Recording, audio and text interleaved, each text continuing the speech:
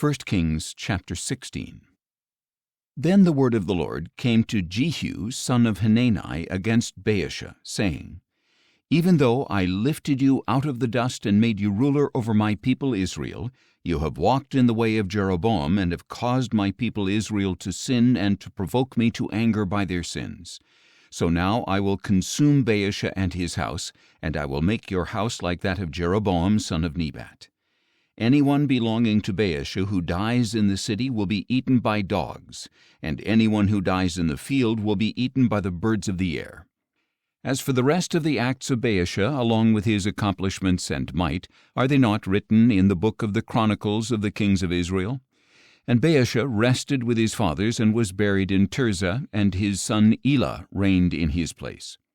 Moreover, the word of the Lord came through the prophet Jehu, son of Hanani, against Baasha and his house, because of all the evil he had done in the sight of the Lord, provoking him to anger with the work of his hands, and becoming like the house of Jeroboam, and also because Baasha had struck down the house of Jeroboam. In the 26th year of Asa's reign over Judah, Elah, son of Baasha, became king of Israel, and he reigned in Tirzah 2 years. However, while Elah was in Tirzah, getting drunk in the house of Arza the steward of his household there, Elah's servant Zimri, the commander of half his chariots, conspired against him. So, in the 27th year of Asa's reign over Judah, Zimri went in, struck Elah down, and killed him, and Zimri reigned in his place. As soon as Zimri began to reign and was seated on the throne, he struck down the entire household of Baasha.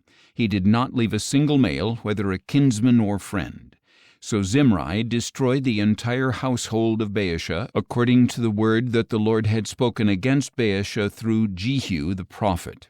This happened because of all the sins Baasha and his son Elah had committed and had caused Israel to commit, provoking the Lord, the God of Israel, to anger with their worthless idols.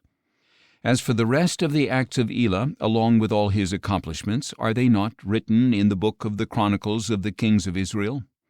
In the 27th year of Asa's reign over Judah, Zimri reigned in Tirzah for 7 days.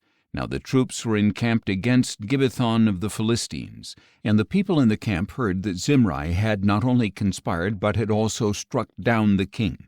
So there, in the camp that very day, all Israel proclaimed Omri, the commander of the army, king over Israel.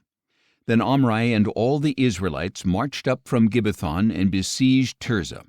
When Zimri saw that the city was captured, he entered the citadel of the royal palace and burned it down upon himself. So he died because of the sins he had committed, doing evil in the sight of the Lord and following the example of Jeroboam and the sin he had committed and had caused Israel to commit. As for the rest of the acts of Zimri and the treason he committed, are they not written in the book of the Chronicles of the kings of Israel? At that time the people of Israel were divided. Half of the people supported Tibni son of Ginath as king, and half supported Omri. But the followers of Omri proved stronger than those of Tibni son of Ginath. So Tibni died, and Omri became king.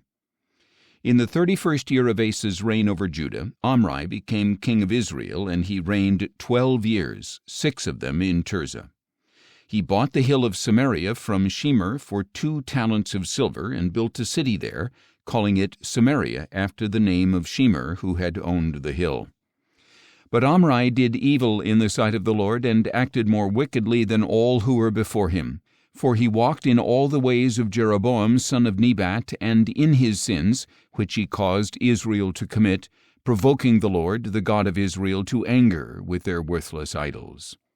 As for the rest of the acts of Omri, along with his accomplishments and the might he exercised, are they not written in the book of the Chronicles of the kings of Israel? And Omri rested with his fathers and was buried in Samaria, and his son Ahab reigned in his place. In the 38th year of Asa's reign over Judah, Ahab son of Omri became king of Israel, and he reigned in Samaria 22 years. However, Ahab son of Omri did evil in the sight of the Lord, more than all who were before him. And as if it were not enough for him to walk in the sins of Jeroboam son of Nebat, he even married Jezebel, the daughter of Ethbaal, king of the Sidonians, and he then proceeded to serve and worship Baal. First, Ahab set up an altar for Baal in the temple of Baal that he had built in Samaria. Then he set up an Asherah pole. Thus Ahab did more to provoke the Lord, the God of Israel, to anger than all the kings of Israel before him. In Ahab's days, Hiel the Bethelite rebuilt Jericho. At the cost of Abiram his firstborn he laid its foundation, and at the cost of Segub his youngest he set up its gates, according to the word that the Lord had spoken through Joshua son of Nun.